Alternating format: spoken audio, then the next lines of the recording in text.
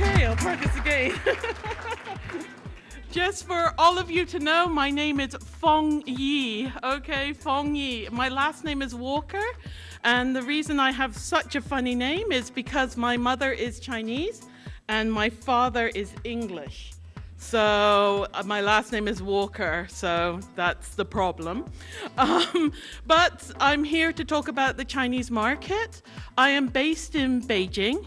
My mother is from North China as well, so I'm more familiar with North China than South China. But I hope to give you a sort of overview of what's going on there. What do I do in Beijing? Well, I teach wine. That's one thing that I love to do. I also help wineries enter the market. We do a lot of translation work for them. And also the other thing I do is help a few trade bodies, because after all, we're in a market that, well, Awoca-san, if the Japanese market is a cute little girl, the Chinese market is a very new baby. It's not walking yet. So we have a very young market, very undeveloped, but a lot of potential there, a lot of potential. So I hope to bring you some ideas about China, some consumer ideas, and some potential areas for growth or development for Chilean wines. But before I begin, I'd just like to thank you all for giving me this wonderful chance to come to Chile. I've never been here before. I have taught a lot about Chile, but now I finally know the difference between driving through Aconcagua and then driving to Casablanca, and the difference between driving through Cachapoal and arriving at Colchagua. So I feel that I can tell my students a few more fun stories about tasting wine among avocado trees and all this sort of thing. And of course, drinking quite a lot of fan chop, which I'm quite into. I've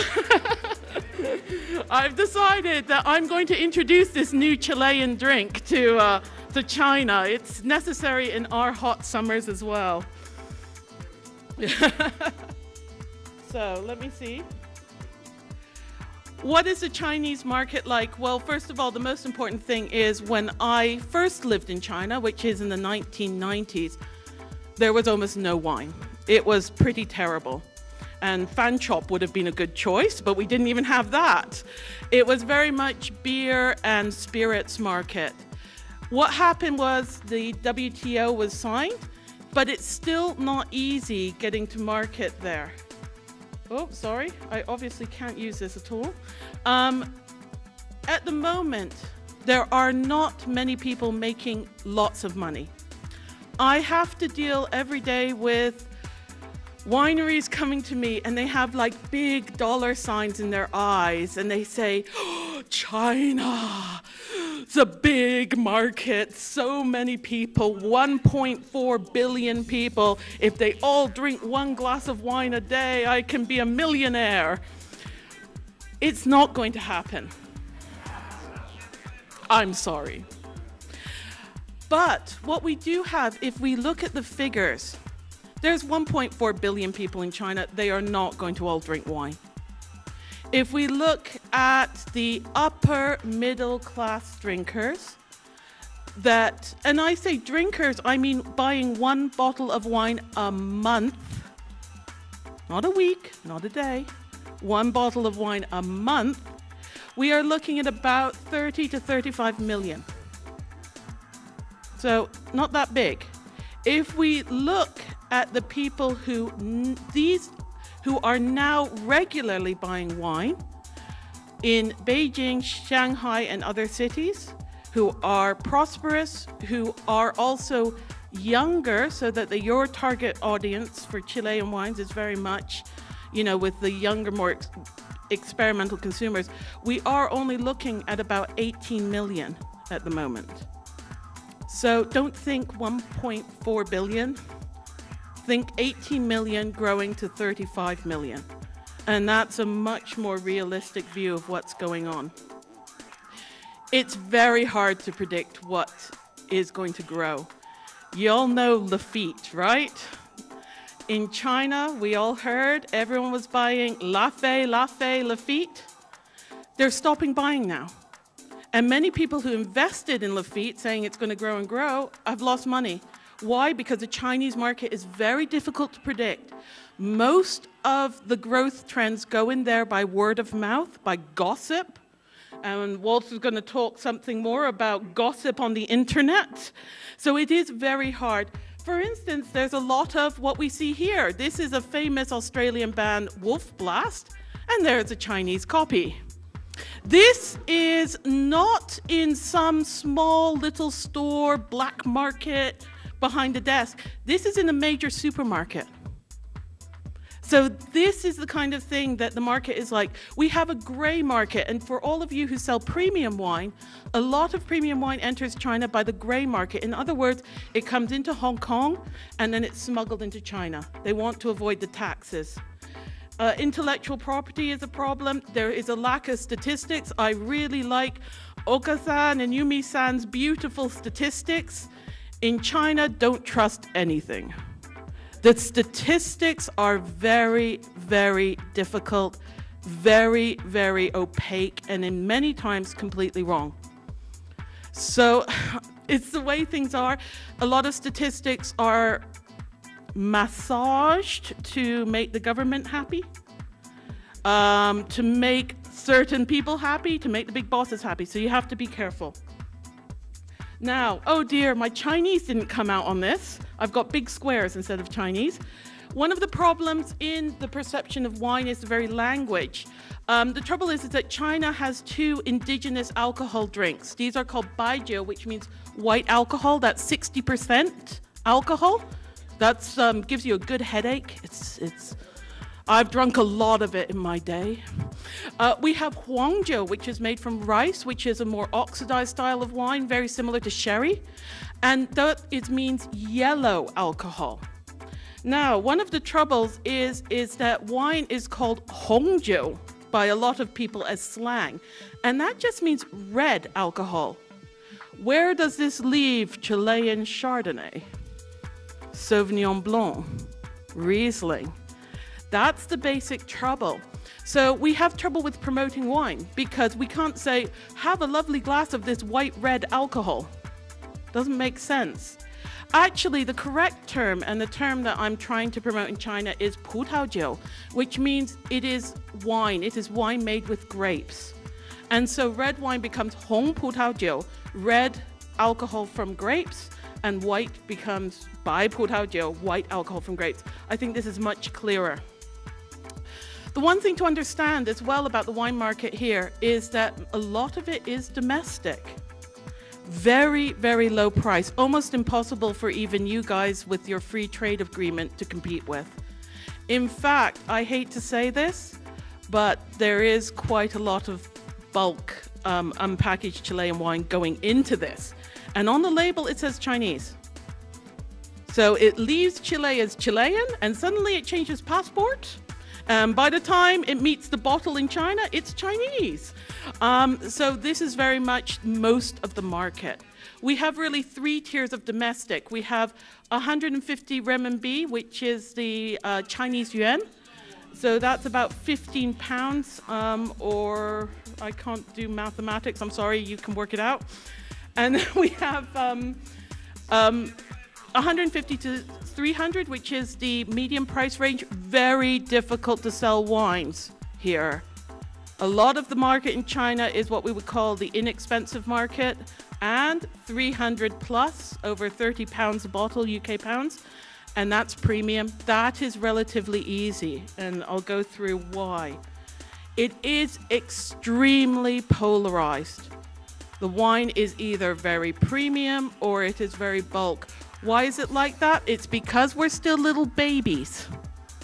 And when we're babies, everything is very simple. Wine is either very, very good or it's very, very cheap. And what I'm hoping is that China will be developing to be a new type of market. Why is it polarized like this? Well, first of all, they don't buy because it tastes good. If it was that, they'd be drinking fan chop, for them. We're in the beginner palate. They're buying for appearance. They don't buy for taste. Packaging, labeling, face. And that's why you buy red wine, because wine should be red. Not because they like red wine particularly. It's because that's what it should be. The gifting market is huge. So you see little packaging. That's where 50% of sales happen, in gifting. And when you gift, if you buy for people you want to impress, you buy premium.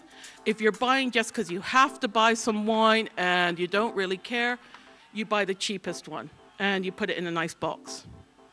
That's why the market, one of the reasons the market is so polarized. There are changes. A lot of young people don't want to spend their lives drinking 60% alcohol. They're switching to wine. Wine is viewed as more healthy. It's viewed as much more trendy, much more modern. More and more women are drinking wine because they would prefer not to drink the spirits as well. And there is a greater and greater demand for on-trade. But what's interesting is that we see it without food. Why? It's because in China, very few Chinese restaurants serve wine. The wine that is served on trade with food is mainly in Western restaurants. And I will be very honest with you. There is a saying in Chinese, 吃得不舒服, to eat uncomfortably. You can either eat comfortably or you can eat uncomfortably. And most of the time when people encounter wine in restaurants, they are eating Western food, which means they are uncomfortable. And what I would like to see is more wine in Chinese restaurants, but we are a long way from that. So be aware, you can put a lot of work into food and wine matching with Chinese dishes, but at the moment, they don't care really. Nobody cares. I hope it will in the future. I grew up eating Chinese food matched with wine. I think it's lovely. I think it works on all levels. We're not, though, at that stage yet, and I would like to shift it. What is important is the greater demand for knowledge.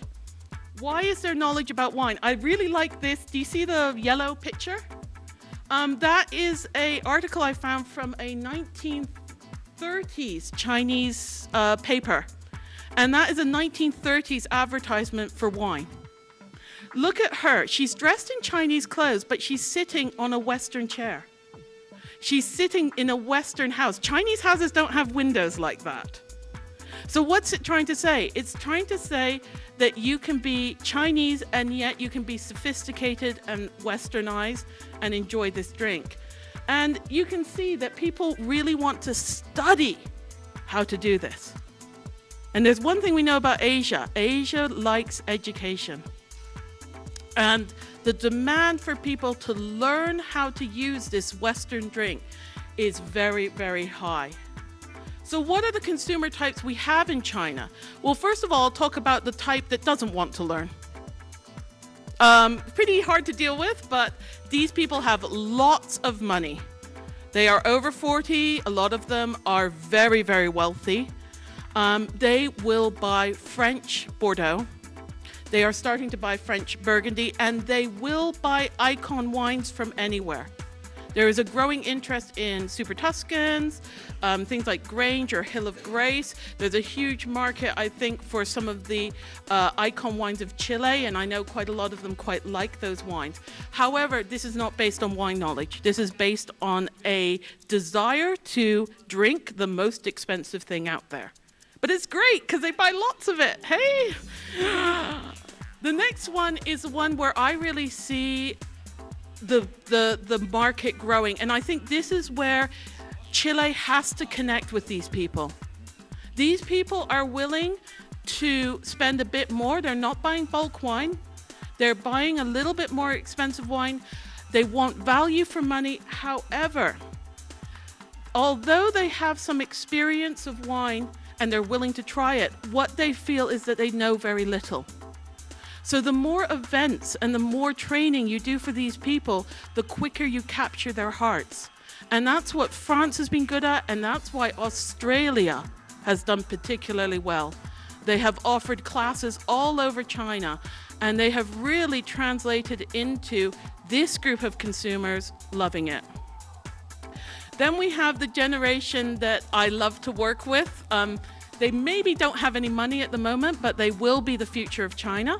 I do several volunteer courses at universities. I go there. If anyone comes to Beijing and would like to present at a university, please tell me. These are eager to try. They are very scared of buying Chinese wine because they think it's not very good. So they are an excellent market for the future. They will be buying your inexpensive wine at the moment, but they are the type of people, as soon as they get a better job, they will move up. They will move up, and they are pretty brand loyal and country loyal. So where do you go with your wine then? We're looking really at first-tier cities doing most of it. This is Beijing, Shanghai, Guangzhou, Shenzhen. These are over 50% of the imports at the moment. However, the largest growth is definitely in second-tier cities. So we've got the cities that are in the inland, so cities like Xi'an, cities like Chongqing. These are showing a growth, but these are more off-trade at the moment. When I say off-trade, I do not mean drinking at home. They are not drinking this wine at home. They are off-trade because they're buying it to gift. So be careful. Don't assume that off and on trade mean the same thing in all markets. Also, don't assume that all the Chinese are the same, because they are not. China is the size of, well, almost the size of like half of Europe. And the food and the people and the culture are just as big, and the language. You can go to, I can go down to South China and sorry, I don't understand.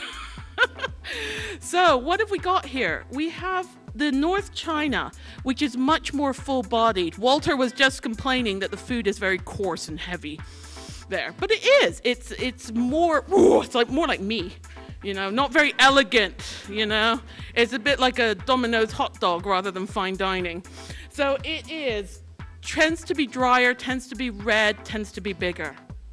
I recommend this market if you are growing a lot of Carmenere, if you've got Cabernet Sauvignon, stuff like that. If you are more of the Pinot cool climate area, perhaps try for the southern China because the palate would be more suitable. They like Pinot, it's fruitier, they like that lighter touch, less tannin. So do keep in mind that there is a big palate difference, and this has been researched. So when you decide to enter China, you have to decide where to go. And are you going to go into the first tiers only, or are you going to try for the new market in the second tiers? Who are you looking to sell to? If you've got a premium wine, that's for those rich over 40 guys with more money than sense. Package it up, make it look cool, elegant, whatever, and that sort of thing. Or are you looking for non-traditional? Are you looking for those younger people because you happen to produce a more middle tier sort of wines? The ones that I like. And what kind of partner, of course, is very important. Keep in mind that most companies in China have almost no experience of importing wine, and they have very little wine knowledge. Do not expect your importer to know the difference between an oat Chardonnay and an un-oat Chardonnay. Do not expect your importer to know people's drinking habits, to know about things like on-trade differentiation.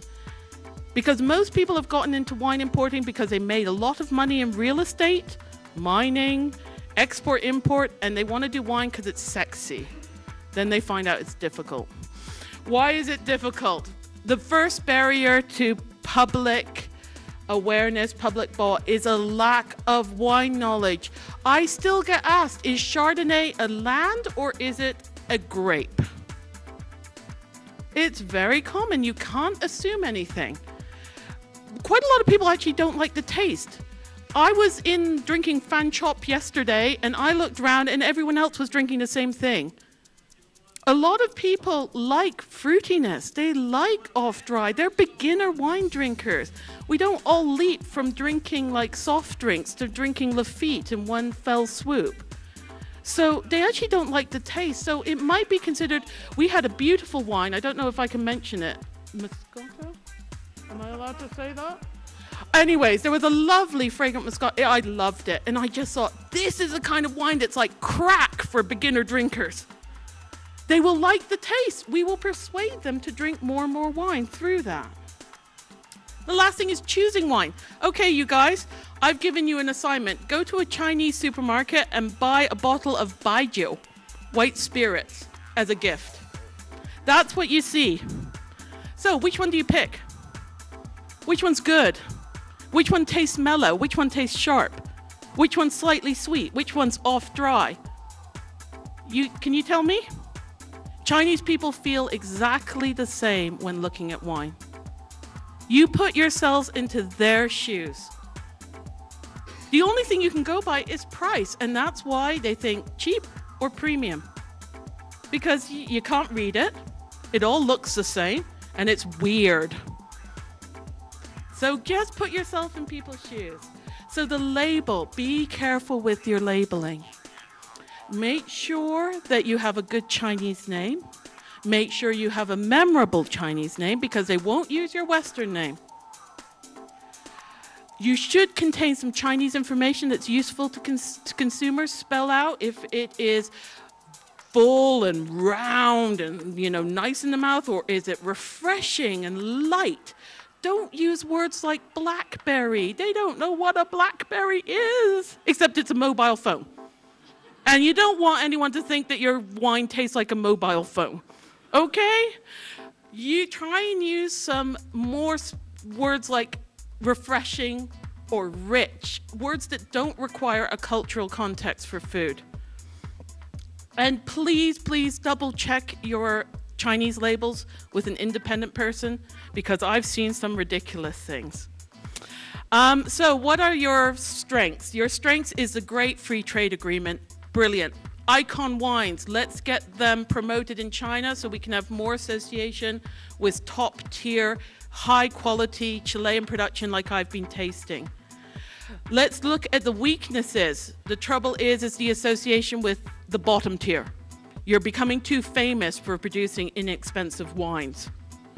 You need to promote that higher quality wine. What is your opportunity? The opportunity is people are growing in sophistication. We've got lots of great online sites that are coming on board in China. Go joint with them. A winery pairs up with an online supporter, does an information page. Challenge them. You can challenge Australia. You too can get the premium view that Australia has right now. And what's your threat is you've got more and more competition. Argentina's coming in. America's coming in with big guns. Also, the lack of variety because, like, for instance, the Moscato made me really happy because it wasn't Sauvignon Blanc. I mean, you need to be wild. I mean, the Carignan, I had no idea that Chile made Carignan like that. Wow. And also, we've got to really work on the threat of price point association. So that is something that I'd really like to see. But in all, I think there's lots of future. I don't want to be too negative. I think the Chinese market will grow. But before I go, I just want to say thank you one more time for giving me this opportunity. I've just posted a picture of Fan Chop on Chinese Weibo. So I'm pleased with that. Thank you very much. Wines of Chile, the natural choice.